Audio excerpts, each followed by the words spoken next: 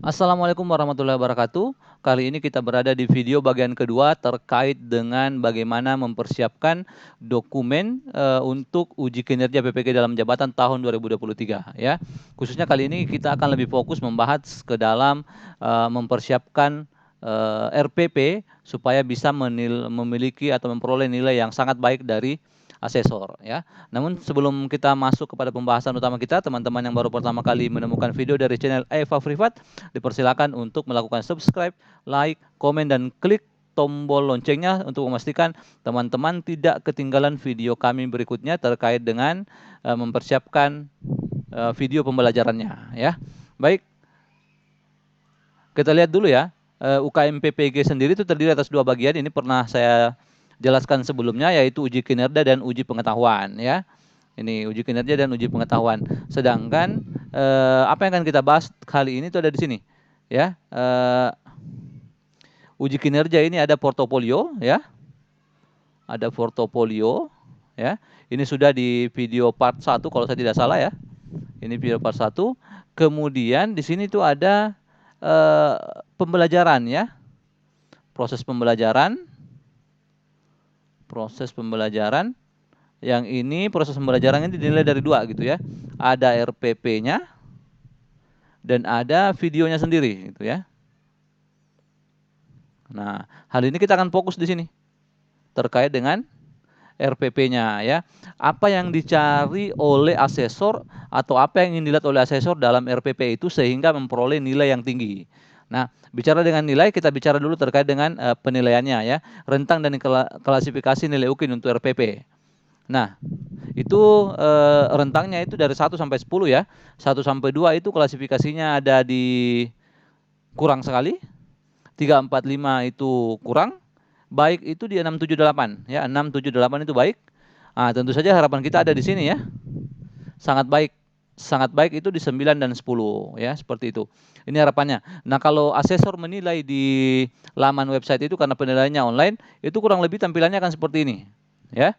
Untuk tujuan pembelajaran ya, bagian A dan seterusnya itu seperti ini. Jadi kalau kita mau dapat nilai 9, 10 ya, itu guru harus merumuskan tujuan pembelajaran sesuai dengan kompetensi dasar, sesuai dengan indikator, dan tersusun dengan runtut.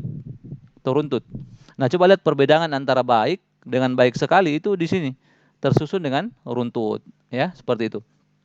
Tapi kita tidak akan membahas seperti ini ya, karena terlalu panjang.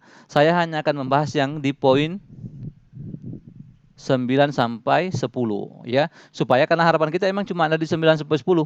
Kita tidak perlu melihat nih yang di bagian depan nih. Tidak perlu lihat yang ini. Ya apalagi yang ini ya, 1 sampai 5 tidak perlu.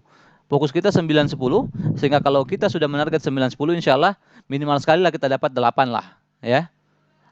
Lebih bagus lagi kalau bisa dapat 9, 10 ya. Oke. Dalam RPP ini ada 6 komponen yang dinilai ya, mulai dari tujuan pembelajaran sampai dengan evaluasinya. Kita mulai dari yang pertama dulu gitu ya. Nah, untuk tujuan pembelajaran itu terbagi 3 ini ya. Yang pertama itu kesesuaian tujuan dengan kompetensi dasar dan indikator yang dicapai ini tadi depan ya. Untuk mendapatkan skor 9 sampai 10, itu guru harus merumuskan tujuan pembelajaran sesuai dengan KD dan indikator. Nah, nanti asesor yang akan melihat ini apakah tujuan pembelajarannya itu sudah sesuai dengan KD atau indikator dan apakah sudah runtut ya. Kalau sudah runtut ini pasti jelas ya harus runtut ya.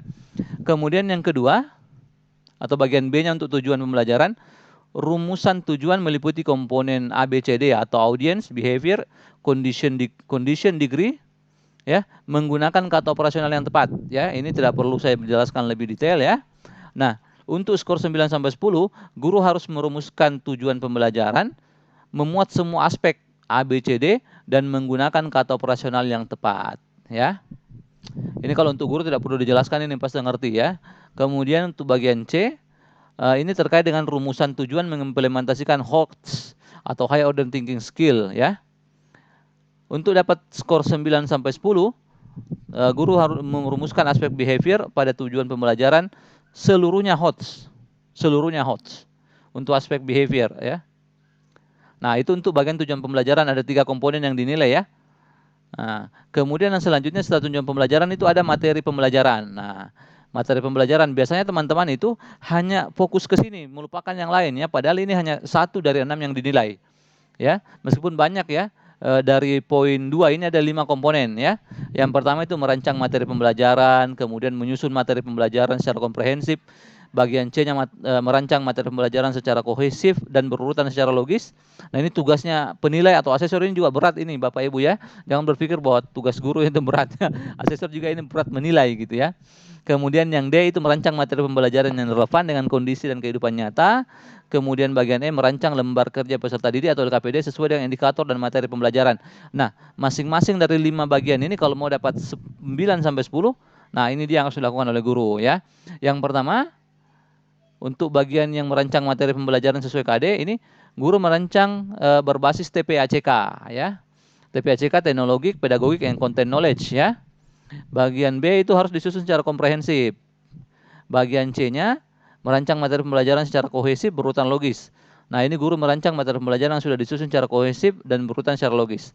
Nah, itu kenapa untuk menilai itu biasanya dosen yang menilai atau asesor yang menilai atau guru yang menilai itu yang sebidang dengan yang sebidang dengan kandidat ya. Tidak boleh tidak, karena itu akan sulit melihat apakah materinya ini sudah kohesif atau sudah berurutan secara logis ya.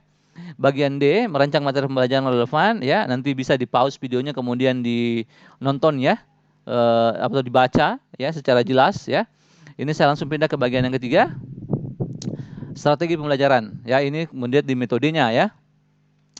Strategi pembelajaran ini terbagi 4 ya. Yang pertama menentukan model pembelajaran, kemudian merancang strategi pembelajaran berbasis kecakapan abad 21, kemudian yang C merancang skenario pembelajaran, kemudian D merancang skenario pembelajaran kreatif bermakna dan menyenangkan. Nah, ini masing-masing ini ada ya.